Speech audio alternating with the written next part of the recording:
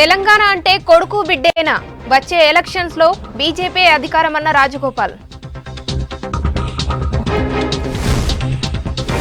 BRS బెదిరింపులు దాడులకు భయపడేది లేదు, అవినీతిపై మరింతగా ప్రశ్నిస్తానన్న షర్మిల. ఉమ్మడి ఆదిలాబాద్ లో 671 మంది రైతుల ఆత్మహత్య, పరిహారం అందక బాధిత కుటుంబాల అవస్థలు.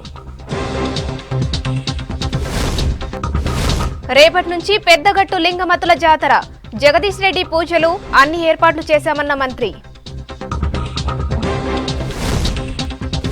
ఇవాల్టితో ముగియనున్న మేడారం మినీ జాతర, తల్లులకు మొక్కులు చెల్లించుకుంటున్న భక్తులు.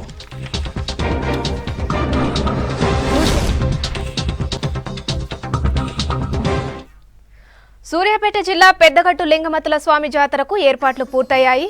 రేపటి నుంచి 5 రోజుల పాటు జాతర జరగనుంది. లక్షల సంఖ్యలో వచ్చే భక్తులు ఇబ్బందులు పడకుండా అన్ని ఏర్పాట్లు చేశారు అధికారులు.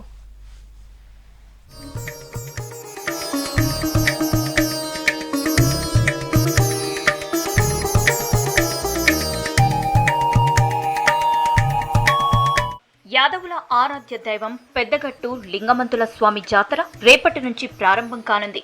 జాతరకు తెలుగు రాష్ట్రాల నుంచి లక్షల సంఖ్యలో భక్తులు రానుండడంతో భారీ ఏర్పాట్లు చేశారు అధికారులు. ఆలయానికి రంగులు వేయటం, గుట్ట చుట్టూ చలువ పందిళ్లు, గట్టు కింద స్నానఘట్టాలు, మరుగుదొడ్ల నిర్మాణ పనులన్నీ ఇప్పటికే పూర్తయ్యాయి. కోనేరును శుభ్రం చేయించారు. 5 రోజుల పాటు జాతర కొనసాగనుంది. రాత్రిపూట గట్టు ప్రాంతమంతా విద్యుత్ కాంతులతో మెరిసిపోతోంది.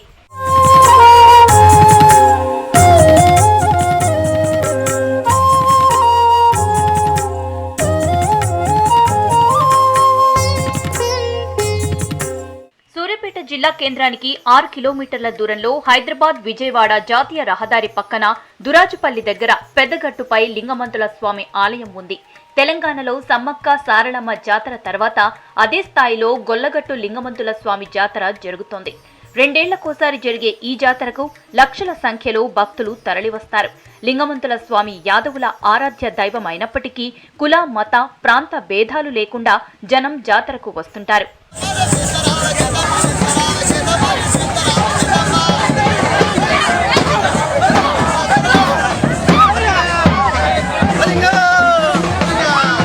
ఆదివారం అర్ధరాత్రి గంపల ప్రదక్షిణతో జాతర మొదటి ఘట్టం ప్రారంభమవుతుంది. సూర్యాపేట మండలం కేసారం గ్రామం నుంచి చౌడమ్మ తల్లి ఉన్న దేవరపెట్టెను యాదవులు ఊరేగింపుగా తీసుకువస్తారు.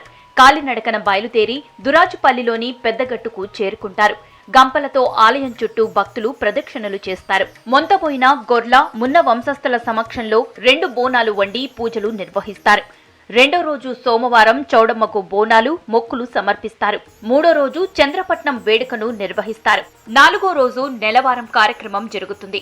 5వ రోజు మకర తోరణం ఊరేగింపుతో జాతర ముగుస్తుంది.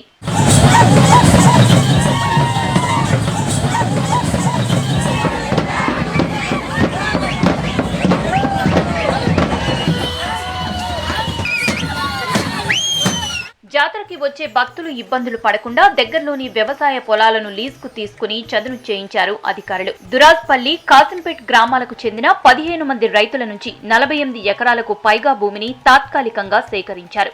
రైతులకు ఎకరాకు 25,000 చొప్పున పంట నష్టం చెల్లించనున్నారు. లీజు తీసుకున్న స్థలంలో ఎగ్జిబిషన్ గ్రౌండ్ కోసం 6 ఎకరాలు, భక్తుల కోసం మిగతా 43 ఎకరాలను కేటాయించారు. గట్టుకు దూరంగా వాహనాలు నిలిపేందుకు పార్కింగ్ ఏర్పాటు చేశారు. యాదవులకు సంబంధించిన పండుగ అండి. ఈ సంవత్సరం మనం 2 సంవత్సరాలకు ఒకసారి జరుపుకుంటున్నాం. ఈ సంవత్సరం 5వ తారీఖు నుంచి 9వ తారీఖు వరకు గుర్తించి పండుగ జరపడం జరుగుతుంది. ముఖ్యంగా ఈ లింగమంతుల స్వామి చరిత్ర 200 ఏండ్ల కింది నుంచే ఉంది. అన్ని కులాల వాళ్ళు కూడా ఇక్కడ మొక్కులు చెల్లించుకుంటారు. ఎవరికైనా పిల్లలు లేకపోయినా, ఆరోగ్యం బాగాలేకపోయినా, ఇంకా మంచిగా పెళ్లిళ్ళు కావాలని మంచి ఏదో ఒకటి వాళ్ళు కోరుకున్న ఏది కోరికైనా కొంగు బంగారం లాగా నెరవేరుతుంది. జాతరకు వచ్చే భక్తులకు 24 గంటల పాటు మిషన్ భగీరథ నీటిని అందించేందుకు ఏర్పాట్లు చేశారు అధికారులు.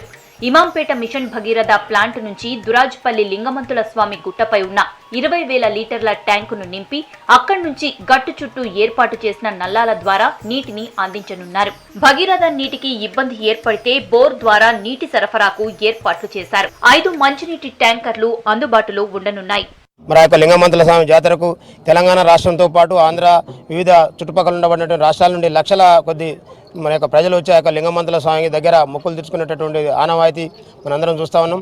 మరి దాదాపు 20-30 లక్షల ప్రజలు వచ్చి అక్కడికి ఆ యొక్క దేవుని ద్వారా మొక్కులు తీర్చుకొని వాళ్ళ జరిగినటువంటి మంచి చెడుల్ని ఆ యొక్క మొక్కుల ద్వారా చెల్లించుకునేటటువంటి సాంప్రదాయానికి గట్టు పక్కనే చెరువు ఉండటంతో ప్రమాదం జరగకుండా చుట్టూ బారికేడ్లను ఏర్పాటు చేశారు. గజ ఈతగాళ్లు అందుబాటులో ఉండనున్నారు. పారిశుద్ధ్య ఇబ్బందులు రాకుండా ఏర్పాట్లు చేశారు అధికారులు. రోజుకు 560 మంది పారిశుద్ధ్య సిబ్బంది 3 షిఫ్ట్లలో పనిచేయనున్నారు. ఎప్పటికప్పుడు చెత్త సేకరణ చేయటంతో పాటు గుట్టపై ఉన్న రక్తం మరకలు, అపరిశుభ్రంగా ఉన్న ప్రాంతాలను శుభ్రం చేయనున్నారు. మాఘమాసం ఫస్ట్ ఆదివారం దిష్టి పోయటం జరుగుద్ది. ఆ మాఘమాసం ఫస్ట్ ఆదివారం కేసారం నుంచి పసుపు కుంకుమ దేవరపెట్టే వస్తుంది ఇక్కడికి. ఆ నైటు మొన్నవారి మెంతపోయిన వారి గొర్రెలవారి బియ్యం అక్కడ జస్ట్ కుంభాలు పోస్తాం. పిల్లతల్లి గొర్రెని కేసారం నుంచి పట్టుకొచ్చి ఇక్కడ బలిస్తాం. ఎవరి జ్యోతి ముద్దలు వాళ్ళు తీసుకున్నాక గొర్రెలవారికి పెరుగు ముద్ద పెడతాం. బొట్టు బోనం అయిపోయిన తర్వాత మైలపట్నం ఎత్తిపోసి పుట్టల పోసి దేవరం తీసుకొని తిరిగి కేసారం పోతాం. అందరం పెట్టిని 15 రోజులు అక్కడ పూజలు జరుపుతాం కేసారంలో. మళ్ళా పండుగ పౌర్ణమి నాడు పండుగ అవుతుంది 15 రోజుల తర్వాత. భక్తుల కోసం వైద్య ఆరోగ్య శాఖ 8 శిబిరాలను ఏర్పాటు చేస్తోంది. ఒక్కో శిబిరంలో డాక్టర్తో పాటు 9 మంది సిబ్బంది విధులు నిర్వహించనున్నారు. జాతర కోసం టీఎస్ఆర్టీసీ 60 బస్సులను కేటాయించింది. సూర్యాపేట జిల్లా కేంద్రం నుంచి నిరంతరం బస్సులు నడవనున్నాయి. కొత్త bus stand, Khammam cross road, PSR సెంటర్లలో బస్ పాయింట్లను ఏర్పాటు చేశారు. జాతరకొచ్చే భక్తులు పెద్దవాళ్లకు 30 రూపాయలు, చిన్నపిల్లలకు 20 చొప్పున టికెట్ రేటు నిర్ణయించింది ఆర్టీసీ. జాతరలో రెప్పపాటున కరెంటు పోకుండా విద్యుత్ శాఖ అధికారులు ఏర్పాట్లు చేస్తున్నారు. ఈ జాతర ఫిబ్రవరి 5వ తారీఖు నుంచి 9వ తారీఖు వరకు 5 రోజులు బ్రహ్మాండంగా జరుగుతుంది. దాదాపు ఈ జాతరకు 20 లక్షల మంది 5 రాష్ట్రాల నుంచి వస్తారు. ఒక్క సూర్యాపేట జిల్లానే కాదు, నల్లగొండ, ఖమ్మం ఈ జిల్లానే కాకుండా ఛత్తీస్గఢ్, మహారాష్ట్ర, మిగతా రాష్ట్రాల నుంచి 5 రాష్ట్రాల నుంచి దాదాపు 5 రోజులు జరిగే జాతరకు 20 లక్షల మంది. శివుడే స్వయంగా లింగవంతుల స్వామి రూపంలో ఇక్కడ వెలిచిండని దానికి భక్తులు ఇవాళ మొత్తం పిల్లలు లేని వాళ్ళు కూడా ఇవాళ ఇక్కడ ఈ దేవుని నమ్ముకుంటే పిల్లలు పుడతారని ఒక నమ్మకంతో ఇవాళ పొర్లు దండాలు కూడా చేస్తుంటారు. ఇక్కడ బోనం గిట్ల చేసి బోనం ఏర్పాటు చేసి పొర్లు దండాలు కూడా చేస్తుంటారు. జాతరలో అవాంఛనీయ ఘటనలు జరగకుండా భారీ భద్రత ఏర్పాటు చేశారు పోలీసు అధికారులు.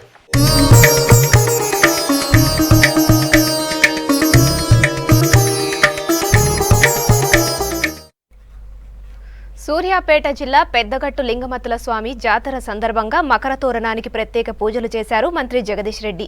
ఎంపీ బడుగుల లింగయ్య యాదవులు పెద్ద సంఖ్యలో పాల్గొన్నారు. పెద్దగట్టు లింగమతుల స్వామి జాతర రేపటి నుంచి 4 రోజుల పాటు జరగనుంది. ఈ జాతరకు ఇప్పటికే అన్ని ఏర్పాట్లు చేశారు అధికారులు.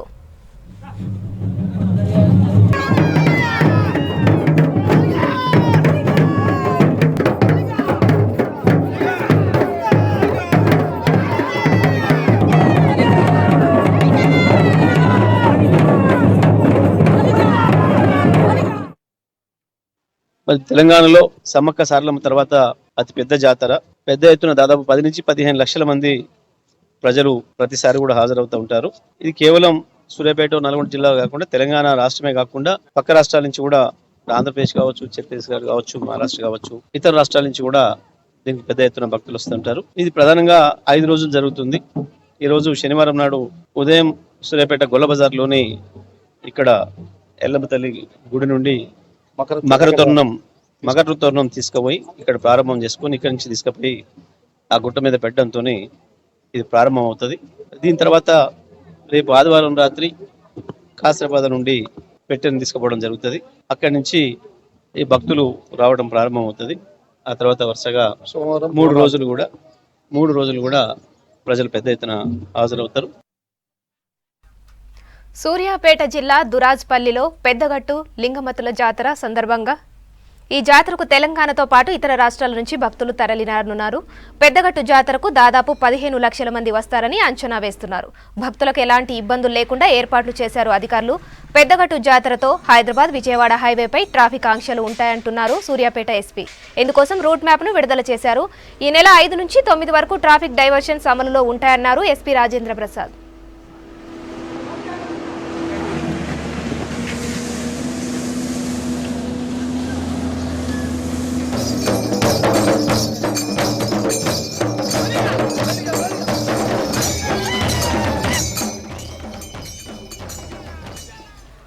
హైదరాబాద్ నుంచి విజయవాడ వైపు వెళ్లే వాహనాలు టేకుమట్ల మూసి బ్రిడ్జి నుంచి ఖమ్మం వెళ్లే నేషనల్ హైవే 365 బీబీగూడెం మీదుగా మళ్లిస్తారు. ప్యాసింజర్ వెహికల్స్ రాఘవాపురం స్టేజ్ నుంచి నామవరం మీదుగా గుంజలూరు దగ్గర తిరిగి మళ్లీ NH65 మీదికి ఎంటర్ కావాల్సి ఉంటుందన్నారు. హెవీ లోడ్ ట్రాన్స్పోర్ట్ వెహికల్స్ ను టేకుమట్ల నుంచి ఖమ్మం హైవే మీదుగా నాయకన్ గూడెం నుంచి గోదాడకు వెళ్లనున్నారు.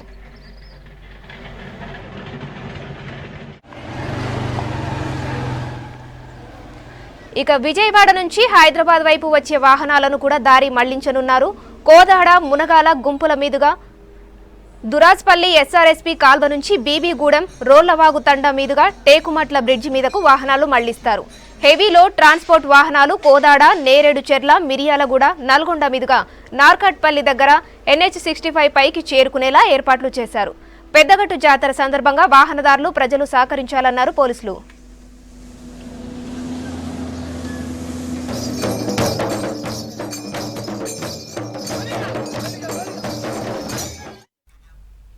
యాదాద్రి పాతగుట్ట శ్రీ లక్ష్మీ నరసింహస్వామి బ్రహ్మోత్సవాలు వైభవంగా జరుగుతున్నాయి. బ్రహ్మోత్సవాల్లో భాగంగా రాత్రి స్వామి అమ్మవార్ల కళ్యాణ మహోత్సవం కన్నుల పండుగగా నిర్వహించారు. అంతకుముందు స్వామివారు గజవాహనంపై ఆలయ తిరువీధుల్లో ఊరేగుతూ కళ్యాణ మండపానికి చేరుకున్నారు. వేద పండితుల మంత్రోచ్చరణాలు, వేద పారాయణాలు, మంగళ వాయిద్యాల మధ్య లక్ష్మీ నారసింహుడు అమ్మవారి మెడలో మాంగళ్య ధారణ చేశారు.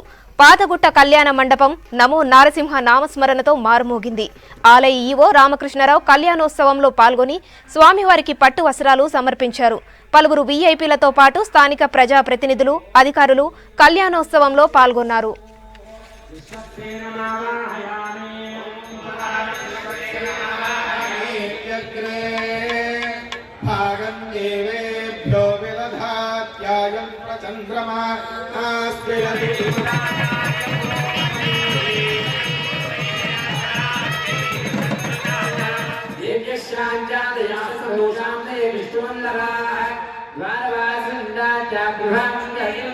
ఓం పుష్టే నమః పుష్టే నమః దేవమావాక్య అదుపరిస్వన్న సూత్ర తృప్ణాగవల్లి రణకభ. మినీ మేడారం జాతర నేటితో ముగియనుంది. 4వ రోజు జాతరకు వివిధ ప్రాంతాల నుంచి భక్తులు తరలివచ్చి వనదేవతలకు మొక్కులు చెల్లించుకుంటున్నారు. అమ్మవార్లకు చీర, సార, పసుపు, కుంకుమలతో మొక్కులు చెల్లించుకుంటున్నారు. నిలువెత్తు బంగారం అమ్మవార్లకు మొక్కులు సమర్పించుకుంటున్నారు. జంపన్న వాగు వద్ద తలనీనాలు సమర్పించి పుణ్యస్నానాలు ఆచరించారు. గద్దెల వద్ద రద్దీ తగ్గడంతో సమ్మక్క సారలమ్మలను దర్శించుకుంటున్నారు భక్తులు.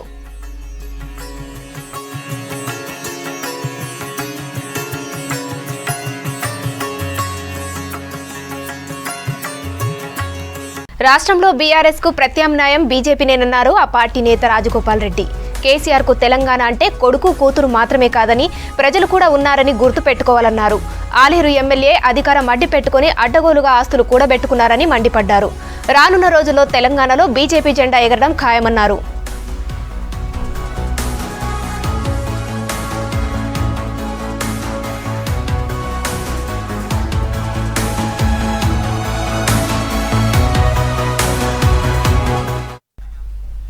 రాష్ట్రంలో బీఆర్ఎస్ ను మోడీ ప్రభుత్వమే గద్దెదించుతుందన్నారు బీజేపీ జాతీయ కార్యవర్గ సభ్యులు వివేక్ వెంకటస్వామి. తెలంగాణలో కేసీఆర్ చేసిన అభివృద్ధి ఏమీ లేదన్నారు. మంచిర్యాల జిల్లా బెల్లంపల్లిలో పర్యటించిన ఆయన కేంద్ర మాజీ మంత్రి దివంగత కాక వెంకటస్వామి విగ్రహానికి పూలమాల వేసి నివాళులు అర్పించారు. తర్వాత చంద్రవెల్లిలో జరిగిన బీజేపీ కార్యవర్గ సమావేశానికి అటెండ్ అయ్యారు. రాష్ట్ర ప్రభుత్వ ప్రజా వ్యతిరేక విధానాలను ప్రజలకు వివరించాలని కార్యకర్తలు, నేతలకు సూచించారు వివేక్. పార్టీని ఇంటికి పంపించేదే అవసరం ఉన్నదా లేదా? ఎంత అవినీతి జరుగుతున్నది, ఇసుక దందా, భూమి దందా, అన్ని దందాలు నడుస్తుంది. అయితే ఎవరికి పంపించగలుగుతారు వాళ్ళ ఇంటికి? కానీ మోడీ గారు, Bharatiya Janata party పంపించగలరు. Sir, BJP మంచిగా ముందుకు పోతుంది. టీఆర్ఎస్ పార్టీది సంగతి ఖదమైంది. కాంగ్రెస్ పైన నమ్మకం లేదు. ఉన్నది కాంగ్రెస్ పార్టీ లేదని చెప్తున్నాం కానీ నమ్మకం లేదు. వాళ్ళు కేవలము భారతీయ జనతా పార్టీ ముఖ్యమంత్రికి ఒక గుణపాఠం నేర్పించవచ్చు అని చెప్పి ఆయన చెప్పిపోయిండు. అంటే మతలబ్ ఏంది? మనం ఇంకా ఎక్కువ పని చేయాల్సిన అవసరం ఉన్నది. అందరూ మండలాల రోజు ఒక మండలి తీసుకొని, ఒక ఊరు తీసుకొని, ఒక 200 మందితో కేవలము అక్కడ లోకల్, బయటికి వెళ్ళవని తీసుకురాకండి. అక్కడ లోకల్ ప్రజలు ఎవరైతే ఉన్నారో 200 మందితో ఒక మీటింగ్ పెట్టుకున్నాం. Booth committee is most important committee.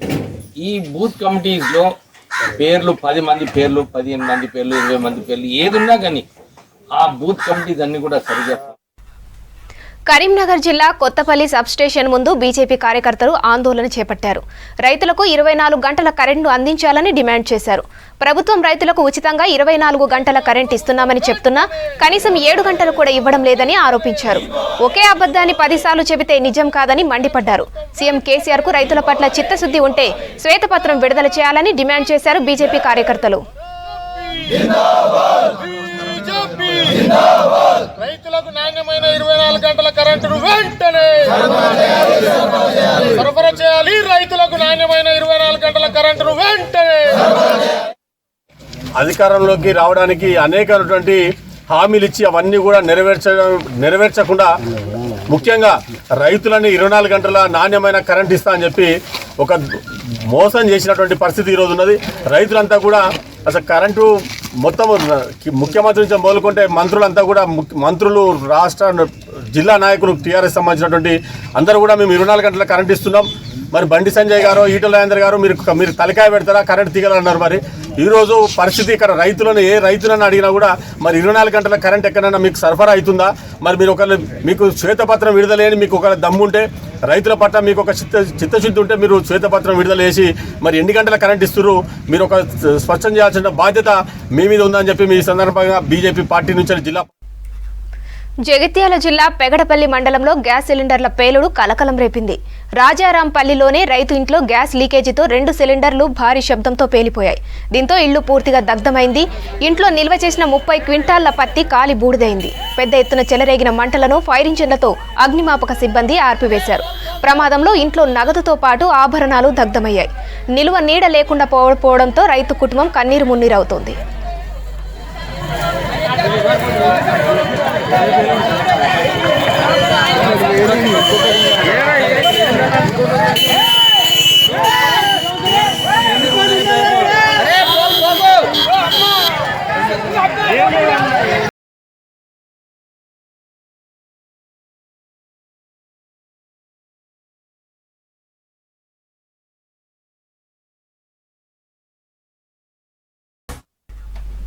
NGT ఉత్తర్వులకు విరుద్ధంగా ఇసుక తవ్వకాలు చేపట్టిన క్వారీలపై చర్యలు తీసుకోవాలంటూ బీఆర్ఎస్ నేతలు డిమాండ్ చేశారు. వీణవంక మండలంలోని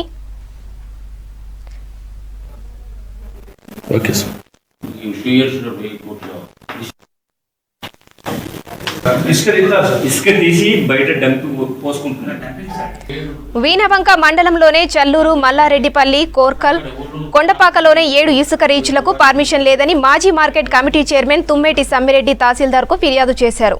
ఇసుక క్వారీలను నిలిపివేయాలంటూ నేషనల్ గ్రీన్ ట్రిబ్యునల్ ఇచ్చిన మధ్యంతర ఉత్తర్వులను అధికారులు అమలు చేయాలన్నారు.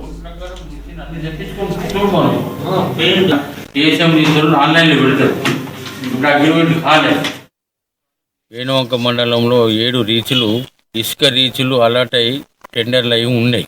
మానేరు పరివార ప్రాంతంలో పెద్దపల్లి జిల్లాలో ఉన్నటువంటి సుల్తానాబాద్కి వెళ్ళి అటు మంతిని వరకు అవన్నిటి మీద స్టే ఎన్జిటి నేషనల్ గ్రీన్ ట్రిబ్యునల్లో కేసేసి ఇప్పుడు అవన్నీ పర్యాణ అనుమతులు లేవు కాబట్టి ఆపేవని దాని ప్రకారం అన్నీ అయిపోయి ఉన్నాయి. ఓన్లీ ఏదైనా స్టాక్ ఉన్న కాడ అమ్ముకుంటున్నారు తప్ప ప్రభుత్వ పరంగా తీసుకున్న నిర్ణయాన్ని మేము ప్రభుత్వ వ్యతిరేక కార్యక్రమానికి మేము పాల్పడతలేము. కానీ ఇక్కడ నిబంధనలకు విరుద్ధంగా అగ్రిమెంట్లు కాకుండానే కాంట్రాక్టర్లు ఇప్పుడు ఈడ మల్లారెడ్డిపల్లెలో కానీ, వంటూరులో కానీ, చల్లూరులో కానీ దౌర్జన్యంగా రైతులను మభ్యపెట్టుకుంటూ స్థానిక నాయకులను ఒకరిద్దరిని ప్రజాప్రతినిధులను ఏదో ఆశ చూపెట్టి ఎంటర్ అయిన దాన్ని ఈజీకి ఇచ్చే కార్యక్రమం పెడితే మాత్రం మన భావితరాలకు అన్యాయం చేస్తూ అయితే రైతులు ఆలోచించండి. కోట్లాది రూపాయలని ప్రభుత్వానికి గండికొట్టే కార్యక్రమం ఈ కాంట్రాక్టర్లు చేస్తారు కాబట్టి మన పొలాలు నాశనం అవుతాయి, నీరు సమస్య ఉంటుంది, ఇటు మన బోర్లన్నీ ఎండిపోతాయి.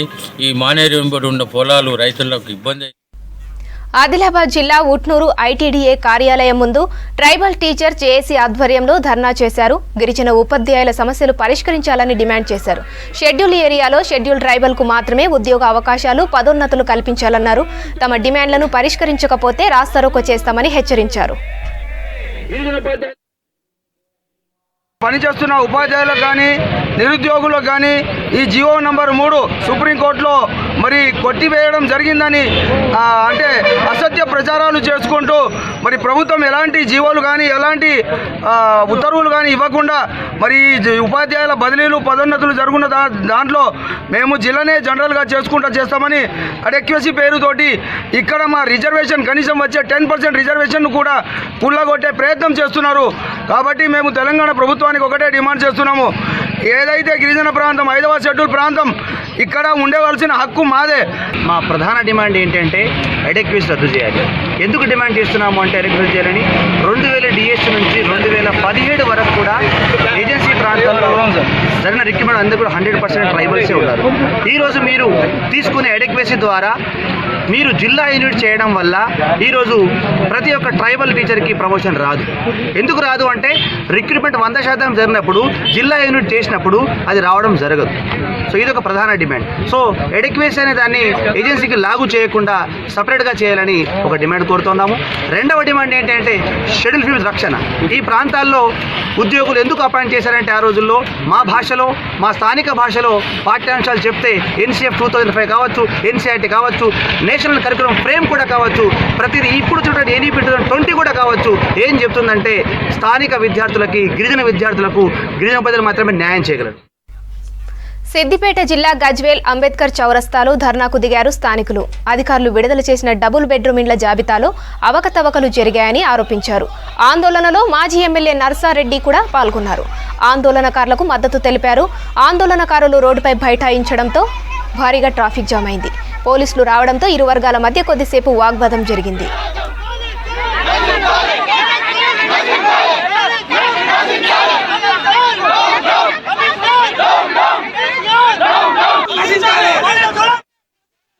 ఏ పని సరే దరఖాస్తు పెట్టినాము అయినా మాకు ఇల్లు రాలేదు. మేము కిరాయిలు కట్టలేక చేసలేక వీళ్ళు పుస్తకాలు అమ్ముకొని పళ్ళనం అమ్ముకొని కూరగాయలు చేసుకుంటాం. కిరాయిలు కట్టలేము. ఒక్కొక్కసారి కిరాయిలు కట్టకపోతే కిరాయి ఓనర్లు కూడా గోళ్ళు తీసి బయట మా బాధ చెప్పలేదు. ఇస్తా ఇస్తా ఇస్తా అని 8 ఏళ్ల నుంచి దరఖాస్తు పెట్టుకొని ఇస్తా అని ఇవ్వకుండా పామాజాలు కూడా పరిపాలన చేసుకుంటా మా కష్టం ఎవరికి చెప్పాలి? నువ్వు ఎమ్మెల్యే ఉంటావు, ఎవరి కష్టాలు రాసుకోవు, ఎవరి మాటలు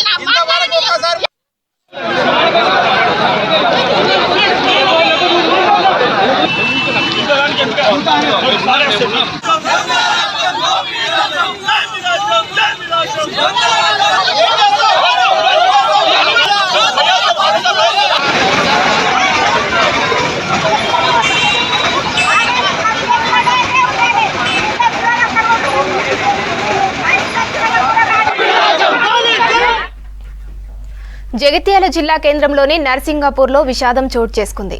అప్పుల బాధతో తండ్రి, 2 కూతుళ్లు ఆత్మహత్య చేసుకున్నారు. అప్పులు ఎక్కువయ్యాయని, కుటుంబ భారంతో చనిపోతున్నట్లు సూసైడ్ నోట్లో పేర్కొన్నాడు తండ్రి జలపతి రెడ్డి. జగిత్యాలలో శుభకార్యానికి హాజరై తిరిగి వస్తుండగా 2 పిల్లలను బావిలో తోసేశాడు జలపతి రెడ్డి. ఆర్థిక ఇబ్బందులతో చనిపోతున్నట్లు సూసైడ్ నోట్ రాశాడు. తర్వాత పురుగుల మందు తాగి ఆత్మహత్య చేసుకున్నాడు. సమాచారం అందుకున్న పోలీసులు ఘటనా స్థలానికి చేరుకొని 3 మృతదేహాలను పోస్టుమార్టం కోసం హాస్పిటల్కు తరలించారు.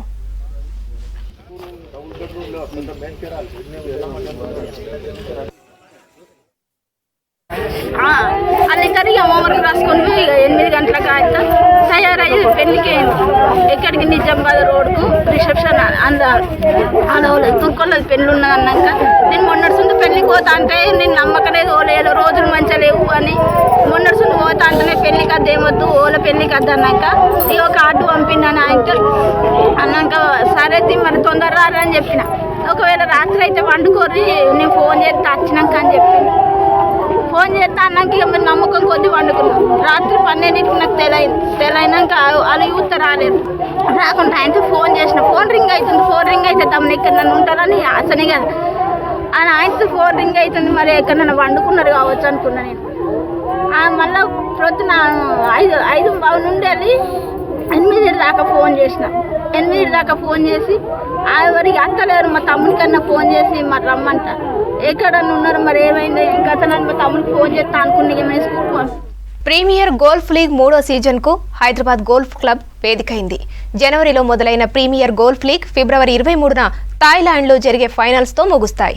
16 జట్లు 8 గ్రూపుల మధ్య గట్టి పోటీ జరుగుతోంది. ఇప్పటి వరకు జరిగిన లీగ్స్ కంటే హైదరాబాద్ ప్రీమియర్ గోల్ఫ్ లీగ్ ప్రత్యేకం. హోరాహోరీగా సాగుతున్న లీగ్లో మహిళా ఓనర్లుగా ఉన్న ఏకైక టీం సామా ఏంజల్స్ సత్తా చాటుతోంది. సరోజ, వివేక్, మాధవి టీం ఓనర్లుగా వ్యవహరిస్తున్నారు.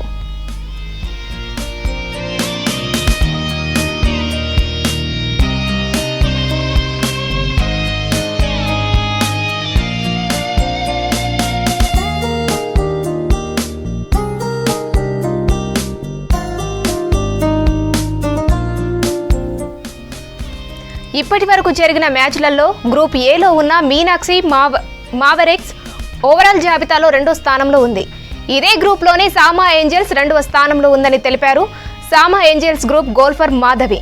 గ్రూప్ బిలో టాప్ ప్లేస్ కోసం స్వింగ్ కింగ్స్, లహరీ లయన్స్ మధ్య గట్టి పోటీ నడుస్తుందని తెలిపారు. ప్రీమియర్ గోల్ఫ్ లీగ్లో మొదటిసారిగా మహిళలు ఎక్కువ మంది ఉన్న గ్రూప్ సామా ఏంజల్స్ అన్నారు మాధవి. తమ జట్టు ఫైనల్స్ చేరుకోవడమే లక్ష్యమన్నారు.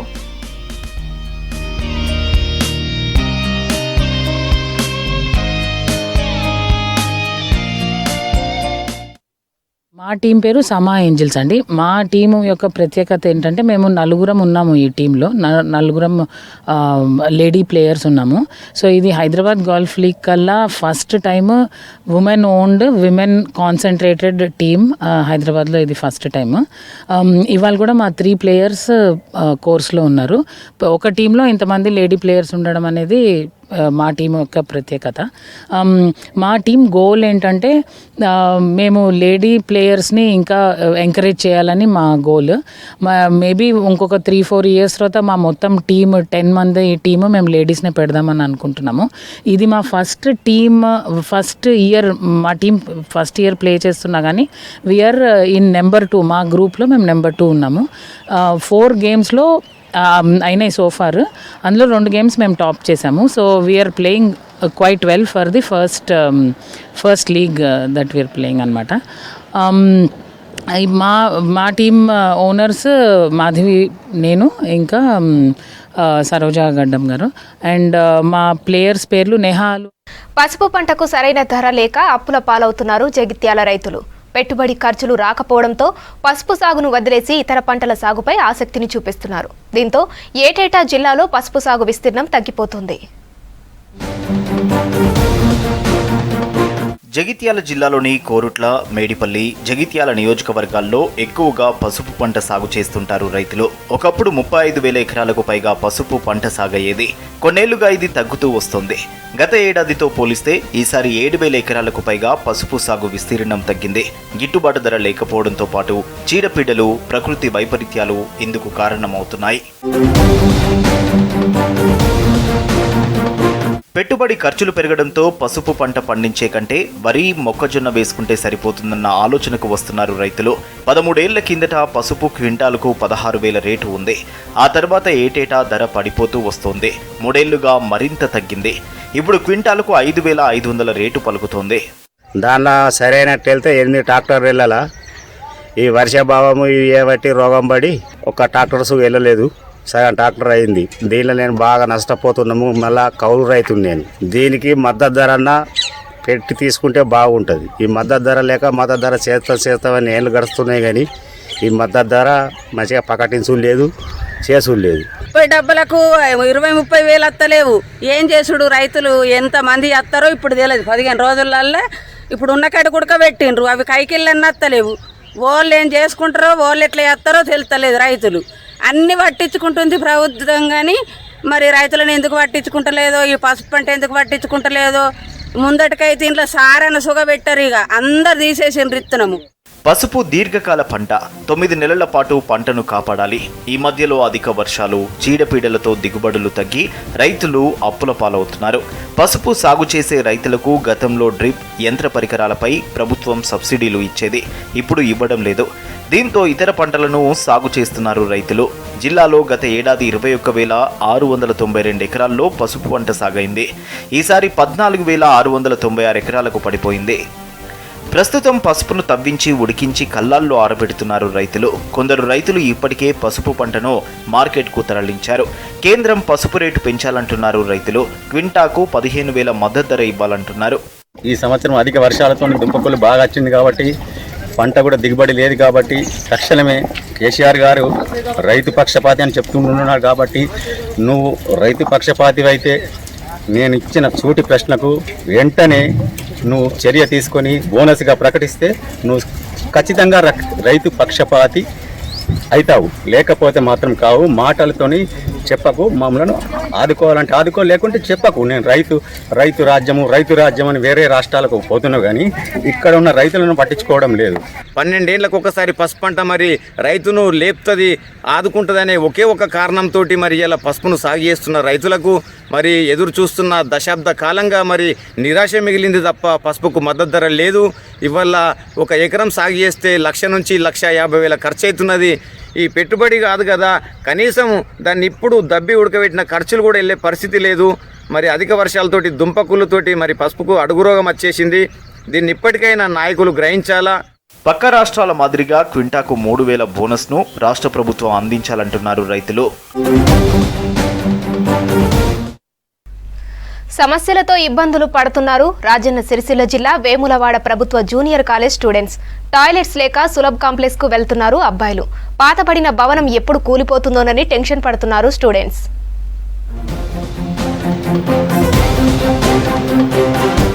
సిరిసిల్ల జిల్లా వేములవాడలోని ప్రభుత్వ జూనియర్ కళాశాలలో కనీస వసతులు లేక ఇబ్బందులు పడుతున్నారు విద్యార్థులు, అధ్యాపకులు. విశాలమైన క్రీడా మైదానం, పచ్చని చెట్లతో 2 ఎకరాల విస్తీర్ణంలో ఉన్న ఈ కళాశాల 1980లో ప్రారంభమైంది. పలు మండలాల విద్యార్థులు ఇందులో చదువుకుంటారు. ప్రస్తుతం ఇంటర్ ఫస్ట్ ఇయర్లో 191 మంది, సెకండ్ ఇయర్లో 216 మంది విద్యార్థులున్నారు. సరైన సౌకర్యాలు లేకపోవడంతో ఏటా విద్యార్థుల సంఖ్య తగ్గుతూ వస్తోంది. జూనియర్ కాలేజ్ తరగతి గదులు శిథిలావస్థకు చేరాయి. కిటికీలు, తలుపులు పాడయ్యాయి. గోడలకు పగుళ్లు వచ్చాయి. ఇవి ఎప్పుడు కూలుతాయో తెలియని పరిస్థితి. ప్రాణాలు గుప్పిట్లో పెట్టుకుని భయాందోళన మధ్య చదువును కొనసాగిస్తున్నారు విద్యార్థులు. పరిస్థితి ఇంత దారుణంగా ఉన్నా జిల్లా మంత్రి కేటీఆర్ కాలేజీ అభివృద్ధిని పట్టించుకోవడం లేదన్న విమర్శలు వస్తున్నాయి. మా స్కూల్లో విండోస్కి డోర్స్ లేవు, నార్మల్ డోర్స్ లేవు. సైన్స్ సైడ్ బాగానే ఉంది కానీ ఆర్ట్ సైడ్ ఎట్లాంటి ఫెసిలిటీస్ లేవు. అండ్ బాత్రూమ్ క్లీన్ చేసేవారు లేదు. బాత్రూమ్స్ ఉన్నాయి బట్ క్లీన్ చేసేవారు లేరు. ఈ ఫెసిలిటీస్ మాకు కలిగించాలని అనుకుంటున్నాం. అండ్ రూఫ్స్ కూడా పెచ్చులు ఊడిపోయి కింద పడుతున్నాయి. అది మాకు హార్మ్ఫుల్. అది కూడా కవర్ చేయాలని అనుకుంటున్నాం. ఇక్కడ టాయిలెట్స్ సౌకర్యం లేదు, ల్యాబ్ సరిగ్గా లేదు, క్లాస్ రూమ్స్ కూలిపోయే పరిస్థితిలో ఉన్నాయి. ఎటువంటి సౌకర్యం లేదు. కాలేజీలో కూలిపోవడానికి సిద్ధంగా ఉంది. వాటర్సు, ల్యాబు ఎటువంటి సౌకర్యం లేదు. బెంచీలు కానీ ఏవి కానీ, doors, class rooms doors, lights, కిటికీలు ఏవి సరిగ్గా లేవు. ల్యాబ్ సౌకర్యం కూడా సరిగ్గా లేదు. టాయిలెట్స్ లేకపోవడం వల్ల మేము బయటకు వెళ్ళడం జరుగుతుంది. కాలేజీలోని సైన్స్ ల్యాబ్లు ఎప్పుడు పడిపోతాయోనని ఆందోళన చెందుతున్నారు విద్యార్థులు. మొక్కుబడిగా వీటిని ఉపయోగిస్తున్నారని చెబుతున్నారు. కాలేజీ లైబ్రరీ రూమ్ కూడా లేదంటున్నారు. మాకు అన్ని హామీలు ఇస్తారు. మేము ట్యాబ్లు ఇస్తాం, మీకు అది చేపిస్తాం, మీకు విద్య కల్పిస్తాం, ఉచిత విద్య అది ఇది అని అంటారు తప్ప ఎలాంటి సదుపాయాలు లేనప్పుడు ఇది ఎందుకు? మేము పేదవాళ్ళమే కదా, మేము పేదవాళ్ళం కాబట్టే ప్రభుత్వ జూనియర్ కళాశాలలో చదువుకుంటున్నాం. కాబట్టి మాకు అన్ని సదుపాయాలు కల్పించాలి. మాపై లక్ష రూపాయలు ఖర్చు పెడుతున్నామని చెప్తున్నారు. కాబట్టి మాకు అన్ని సదుపాయాలు ఉన్నప్పుడు మాత్రమే మాకు ఉచిత విద్య పొందుతున్నామని భావిస్తాం. కాబట్టి మాకు అన్ని సదుపాయాలు కల్పించాలని కోరుకుంటున్నాం. మా కాలేజ్లో అసలుకి డోర్స్ సరిగా లేవు. ఆర్ట్స్ సైడ్ అయితే విండోస్ కూడా సరిగా లేవు. అన్ని గోడల నుంచి పెచ్చులు ఊడిపోతున్నాయి. వర్షం పడ్డప్పుడు అంత చినుకులు పడతాయి. వాటర్ ఫెసిలిటీస్ లేవు. వాటర్ అవి కూడా మా మేడం డబ్బులతోనే తెచ్చుకుంటున్నారు. వాష్రూమ్స్ అసలు క్లీన్గా లేవు. వాష్రూమ్స్ క్లీన్ చేయడానికి గవర్నమెంట్ వాళ్ళని పెట్టాలని కోరుకుంటున్నాము. కాలేజ్లో టాయిలెట్స్ లేకపోవడంతో దూరంగా ఉన్న సులభ్ కాంప్లెక్స్ కు వెళ్తున్నారు అబ్బాయిలు. అమ్మాయిలకు పేరుకు టాయిలెట్స్ ఉన్నా అపరిశుభ్రత వల్ల అందులోకి వెళ్లలేని పరిస్థితి. కాలేజీకి వచ్చినప్పుడు అభివృద్ధిపై హామీలు ఇస్తున్న ప్రజాప్రతినిధులు ఆ తర్వాత పట్టించుకోవడం లేదంటున్నారు విద్యార్థులు. పరిస్థితి ఎవరికీ చెప్పుకోలేకపోతున్నామని ఆవేదన వ్యక్తం చేస్తున్నారు. కాలేజీలో కనీస వసతుల ఏర్పాటుకు ప్రజాప్రతినిధులు, జిల్లా అధికారులు చర్యలు తీసుకోవాలంటున్నారు విద్యార్థులు. కరీంనగర్ జిల్లా హుజూరాబాద్ పురపాలికలో రాజకీయం మలుపు తిరుగుతుంది. చైర్పర్సన్ పై కౌన్సిలర్లు అవిశ్వాసాన్ని ప్రతిపాదించడం అందరిలోనూ ఆసక్తి రేపుతోంది. ఇప్పటికే జగిత్యాల మున్సిపల్ చైర్పర్సన్ రాజీనామా వ్యవహారం పార్టీకి తలనొప్పిగా మారితే తాజాగా హుజూరాబాద్ మున్సిపాలిటీ టెన్షన్ పెడుతోంది.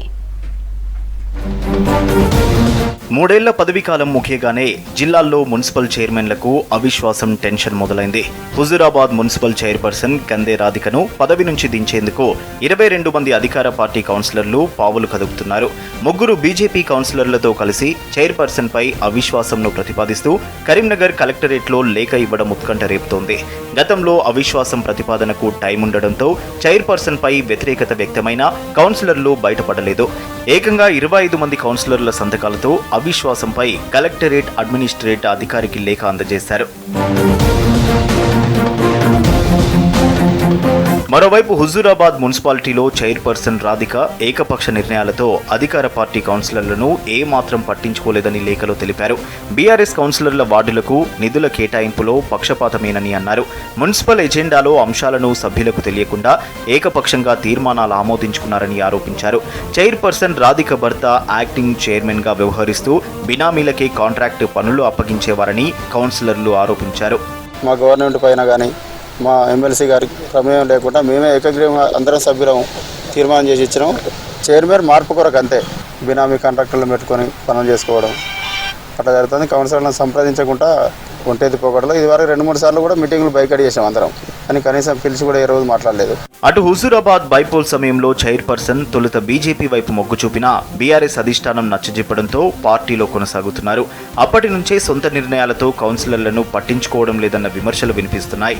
కౌన్సిలర్లు వ్యూహాత్మకంగానే తమ అసమ్మతిని లేఖ ద్వారా బయటపెట్టినట్టు తెలుస్తోంది. చైర్పర్సన్ పై అవిశ్వాసం ప్రతిపాదిస్తూ ప్రతిపక్షాలతో కలిసి అధికార పార్టీ కౌన్సిలర్లే లేఖను కలెక్టర్కు ఇవ్వనున్నట్టు ఎమ్మెల్సీ కౌశిక్ రెడ్డికి ముందే సమాచారం వెళ్లింది. కౌన్సిలర్లకు సర్ది చెప్పేందుకు కౌశిక్ రెడ్డి యత్నించినా మూకుమ్మడిగా ఫోన్లు స్విచ్ ఆఫ్ చేశారు. 4 కౌన్సిలర్లు కలెక్టరేట్ వెళ్లి అవిశ్వాసం ప్రతిపాదిత లేఖను ఇన్వార్డులో అందజేశారు. కౌన్సిలర్ల వాళ్ళ ఆలోచన విధానం పరిగణన తీసుకోకుండా వాళ్ళ ఇష్టరాజ్యం ఎజెండా తయారు చేసి జనానికి ఉపయోగపడే పనులు ఒకటి లేవు. వాళ్ళ ఇష్టానికి వాళ్ళ ఫిజికల్ వాళ్ళ లాభకాయ పనులు చేసుకుని ఎజెండా తయారు చేసుకోరు. కౌన్సిలర్లకు ఎవరికి ఆమోదంగా లేదు, అది ప్రజలు ఉపయోగపడంగా లేదు కాబట్టి దీన్ని బయటేసి బయట రాగలుగుతున్నాం. ఇక అవిశ్వాస తీర్మాన ప్రతిపాదన గడువును 4 ఏళ్లు చేస్తూ ప్రభుత్వం తెచ్చిన చట్ట సవరణ బిల్లును ఇవాళ రేపు గవర్నర్ ఆమోదం తెలిపే ఛాన్స్ ఉందన్న ప్రచారం జరుగుతోంది. అదే జరిగినా గవర్నర్ ఆమోదం కంటే ముందే 3 ఏళ్ల కాలానికి అవిశ్వాసం రూల్ కిందనే లేఖ కౌంట్ అవుతుందని కౌన్సిలర్లు చెబుతున్నారు.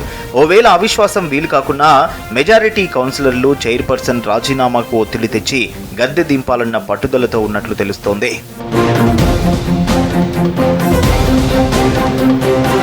ఇప్పటికే జగిత్యాల మున్సిపల్ చైర్పర్సన్ భోగ శ్రావణి రాజీనామా వ్యవహారాన్ని బీఆర్ఎస్ పెద్దలు మరవక ముందే తాజాగా హుజూరాబాద్ పురపాలికలో అవిశ్వాసం తెర మీదకు వచ్చింది. ఇవి ఇప్పటి వరకున్న అప్డేట్స్. మరిన్ని అప్డేట్స్ కోసం కీప్ వాచింగ్ V6 న్యూస్.